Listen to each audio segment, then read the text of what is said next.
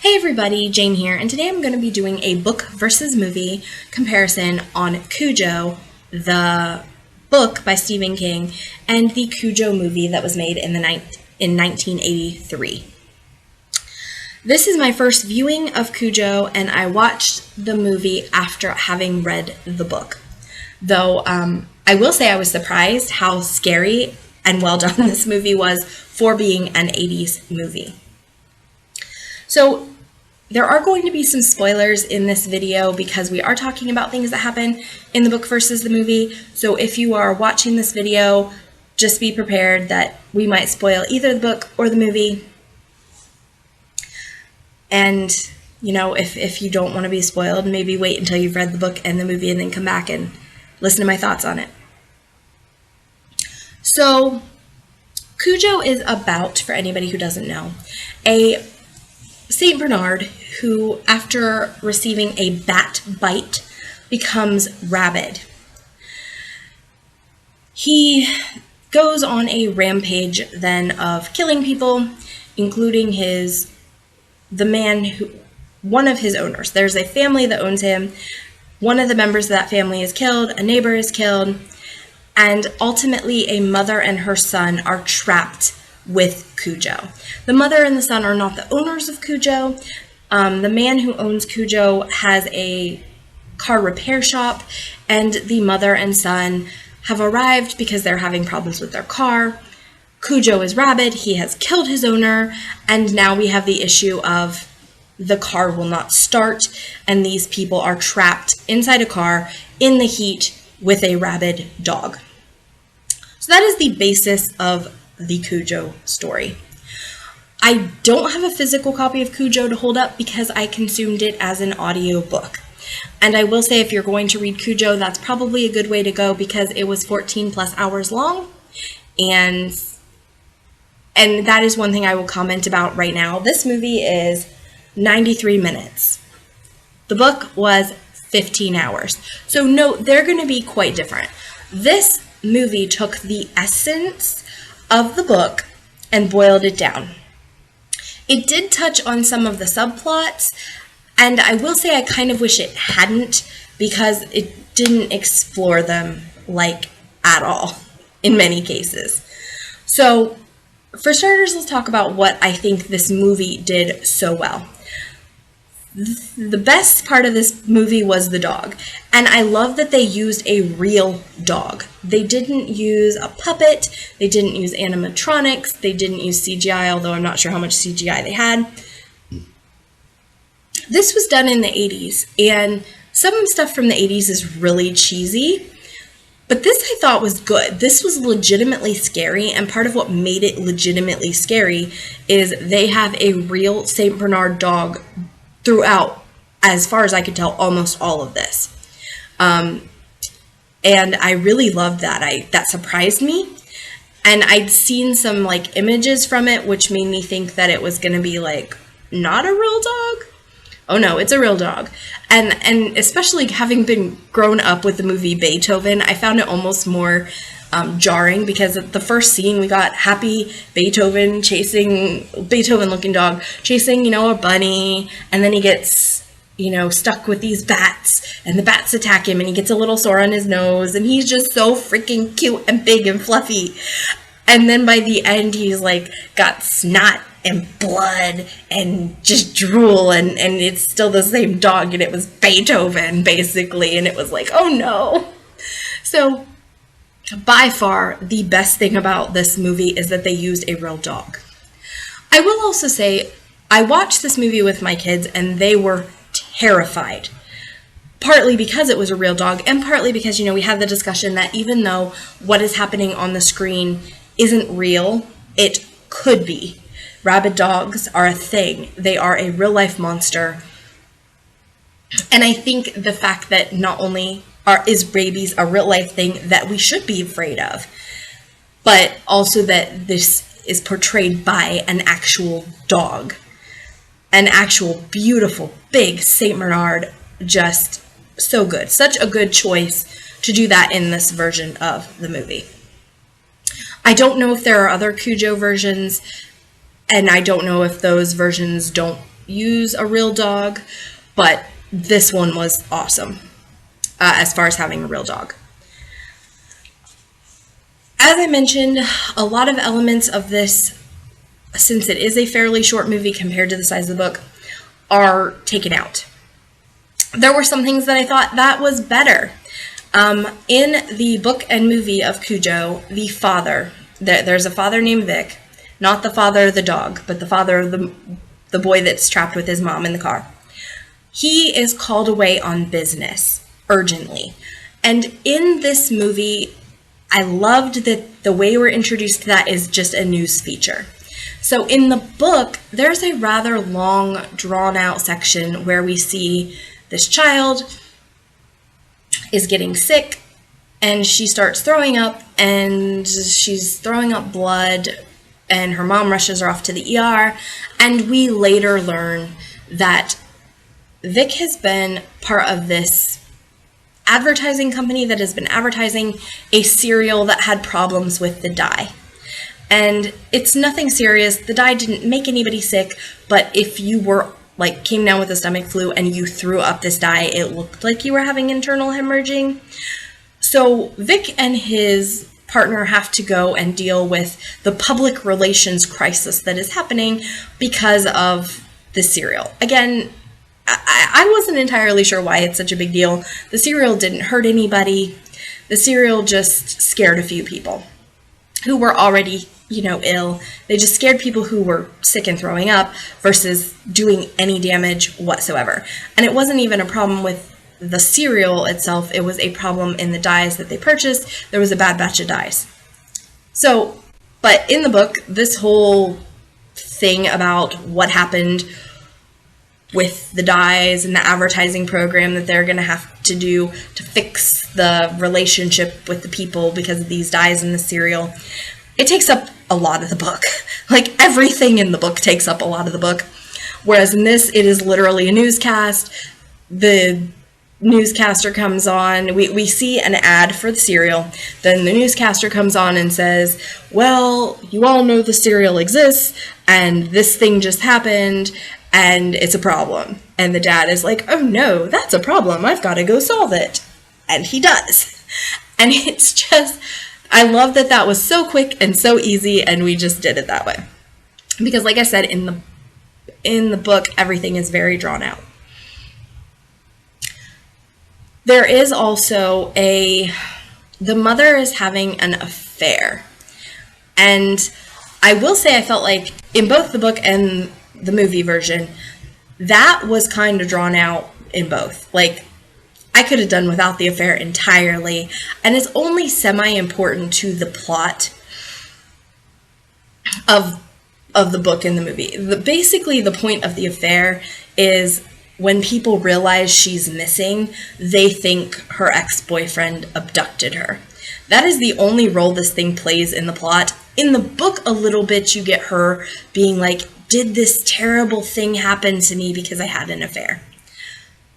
But other than that, it doesn't play much of a role, but in this, it kind of does. So in this, we have a scene where where the boyfriend comes over while the news show I was just mentioning is on to deliver a thing. He does woodworking. He delivers a thing that they had ordered. And then later you see her in bed with this guy. And then later you see her breaking up with this guy and he attacks her. And so her husband walks in during the attack and they have this conversation about, yes, I was having an affair. And again, in the book, it's a little more complicated. The boyfriend is psycho. So when she breaks up with him, he sends like a letter to Vic right before Vic has to go about, I'm sleeping with your wife. And in both, he comes back and like tears up the house. And that kind of leads them down a false alley that, again, keeps everybody from finding Mom and Tad. Tad is the little boy in the car with the dog. So I get why it was there, but in both things, I felt like you could have just taken it out or found another excuse. We didn't need the affair. And I felt in some ways the affair was a little bit more confusing in here. You didn't even have in the other one, or in the movie, you didn't even have like much explanation about what it's doing other than, ooh, person tore up my house. he must have abducted my kid and wife. Whereas in the book, you at least do have the moralistic view of, did this happen because I had an affair? Again, I didn't like either version of that. I could have done without it. Another thing that was in this is Cujo's family. So Cujo belongs to a man named Joe, who is married to Carolyn and has a son named Brett. So Carolyn, I was really surprised at the character choice or the acting choice in here, and I loved it. She was not at all how I pictured her in the book, but this made so much sense, and I think they did such a good choice at casting for Carolyn. Carolyn is very much a poor white trash kind of person. She's living in poverty, she's being abused, her situation is awful, and in both the book and the movie, her plot line is that she has won a lottery ticket and wants to go visit her sister in North Carolina. And that is how she and Brett are out of the picture when Cujo gets rabies.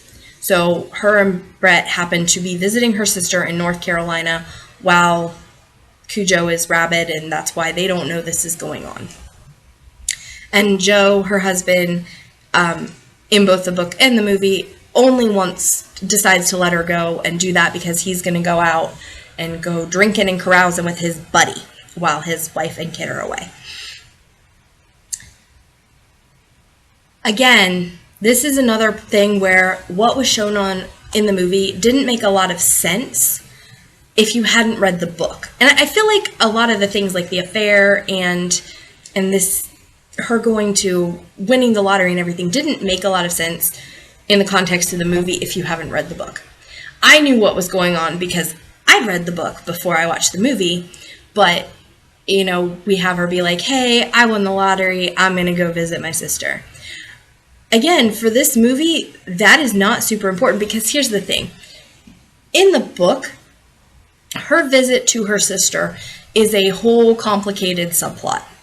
It is so many pages. So she does all this to go because she's worried about her son growing up to be like his dad, and she doesn't really like who her husband is. Obviously, he beats her. He's not a great guy. And she wants to show her son how the other side lives, but she has this complex history with her sister, and we see so much of her and Brett while they are visiting sister in the book. In the movie, it is literally just, hey, I'm going to go visit my sister, bye-bye. And I'm pretty sure that is the last we see or hear of her. Yeah, I'm pretty sure it's the last we see or hear of her. So I feel like they didn't need to add the complex lottery ticket thing in here, which they do, and it doesn't really make sense if you're just watching the movie versus reading the book. It's very quick. It's like you see that he's got a present that Joe has a present wrapped out in the garage, and he's like, what's that out there? And she's like, the thing you really wanted. I got you a present. And he's like, we can't afford that. She's like, yes, we can. I won the lottery. And because I won the lottery, I want to go visit my sister. I don't want you to go visit your sister. Well, I really want to. And you know, if and I can afford it now, and I bought you this present, you should let me go. Okay, but I'm not going to like it. That's kind of how it felt in the movie. In the book, it's a lot more complicated and drawn out, but I did like that in both the book and the movie, the murders are done very well. The murders are described very well in the book, and they're very similar in the movie, the murders by Cujo. They were graphic and scary and just well done. I enjoyed them. This movie was actually a lot less vulgar than the book, which I appreciated, because there were some words and situations and things in the book that, you know, I wouldn't want my kids to see, whereas this was scary, but it didn't have the content issues that I felt like the book had. Also, there's a whole side story that there had previously been murders in this town, and the murders somehow kind of slightly maybe connected with the bad luck of Cujo getting rabies, and that was ignored in the movie, which I was so glad of again, because, or if it was mentioned, it was like very, very off to the side. just the book was so much longer than it needed to be, and I felt like this did very well overall at boiling down the essence of what is horrific about this. Sweet family dog gets rabies and kills people. That is what this is, and that is what the book is. But holy cow, the book is also the subplot of, Donna and her affair, and the subplot of Carolyn and her son, and the subplot of the serial stuff that has gone terribly wrong. And all of those things, for the most part, just feel like ways to keep people from coming and saving the mom and son who are trapped in the car, ultimately. The mom and son trapped in the car is the main point of this movie and the book. The book just takes 15 hours to do it. This did it in 90 minutes. Liked it a lot better, time-wise and pacing-wise. Again, I do think some of the choices they made were confusing if you haven't read the book, because they didn't change things maybe as much as they could have. For instance, Caroline just being like, hey, I'm going to go visit my sister, period. You don't need a long explanation. You don't need the lottery ticket. You don't need any of that. I'm taking our son and going to visit my sister. That is all you need for the role and that she played and what it did in the story. Going to visit my sister, period. Gonna be gone a week, period. All you need. So I did that's my main criticism, is there were parts of this movie that were very confusing if you haven't read the book. And so I was like trying to explain to my kids some of the things that they didn't understand as much as necessary to follow the movie. Like, oh no, they had to do this because that's why they have the lottery ticket. She's going. Certain things were not well explained. One big difference between the book and the movie, besides what I've already mentioned, is the ending. This has a much more Hollywood-esque ending, I guess, if you will. In the book, the child dies. 4-year-old Tad, who's trapped in the car with his mother, dies. End of story. It sucks, but it is. In this one, we just can't have that because, it's a movie and that would be too upsetting and offensive, I guess, maybe. And so we have the mother who thinks her child is dead. He has had an epileptic seizure and she is doing CPR on him and he comes back to life. So ultimately, the mom and the son survive in the movie, and in the book, the son dies, leaving the mom, devastated about all this terrible stuff that happened and not having been able to save her son. And also in the book, there are a lot of times throughout the thing where the mom thinks, well, I should do this, and then she doesn't. And so then with her son ultimately dying, I think she feels like she has some responsibility for that. In this, the mom really doesn't seem to be contemplating stuff too much, and she does it. She's very active. She's like, I'm going to go try to fight the dog. Bad idea. Dog attacked me. So I do think that this made a very good horror movie. I enjoyed it. It scared the crap out of my kids, so maybe don't let your kids watch it. My kids are just entering that horror phase where some things they really enjoy. We've watched Resident Evil. We've watched, I'm not sure what else, but a couple of things, mostly zombie type things. And we're kind of like trying to let them have a little experience with horror. And we wanted to do things, we watched Gremlins. And so we're trying to do things that are like monster based rather than like serial killer type stuff. And this was a good one to try, although again, because of how well done it was super scary and probably too scary for my 8-year-olds, just say. But I thought it was well done. My boyfriend thought it was boring, so depending on how you feel about this kind of stuff, I think if you're a dog lover especially, this is very like horrific because it could happen, and dog is beautiful and I want to hug it, but it wants to kill me. All right, so that was kind of my thoughts on the book versus movie. I did think that if you just want to kind of know the meat or the bones of this book, just watch the movie. If you're not into Stephen King, or if you don't like really long drawn out books, the book did some really cool things and I enjoyed the book overall, but it was just so long and so much of it was unnecessary.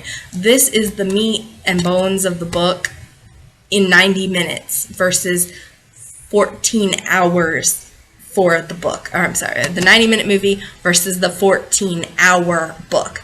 And you're still getting the meat of the story. You're still getting mom and son trapped with a rabid dog, and that is scary crap. And here you at least have the St. Bernard dripping drool and blood and phlegm, and oh, it was awesome. So, if you have not read the book or seen the movie, I can safely say the movie is worth it. The book is fine. It's just a longer adventure. If you just want the scary right now thriller type thing, this is adequate.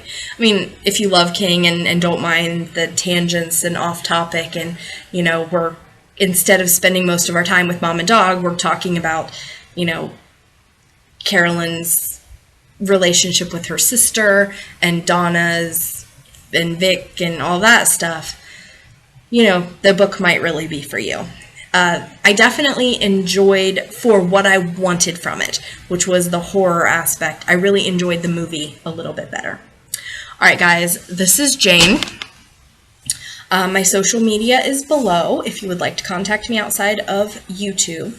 Also down below are links to my books. I am a romance novelist, so if you would like to support me by reading any of my books are available almost anywhere books are sold. However, if you are part of the Kindle Unlimited program, I have several books in Kindle Unlimited that you can try for free.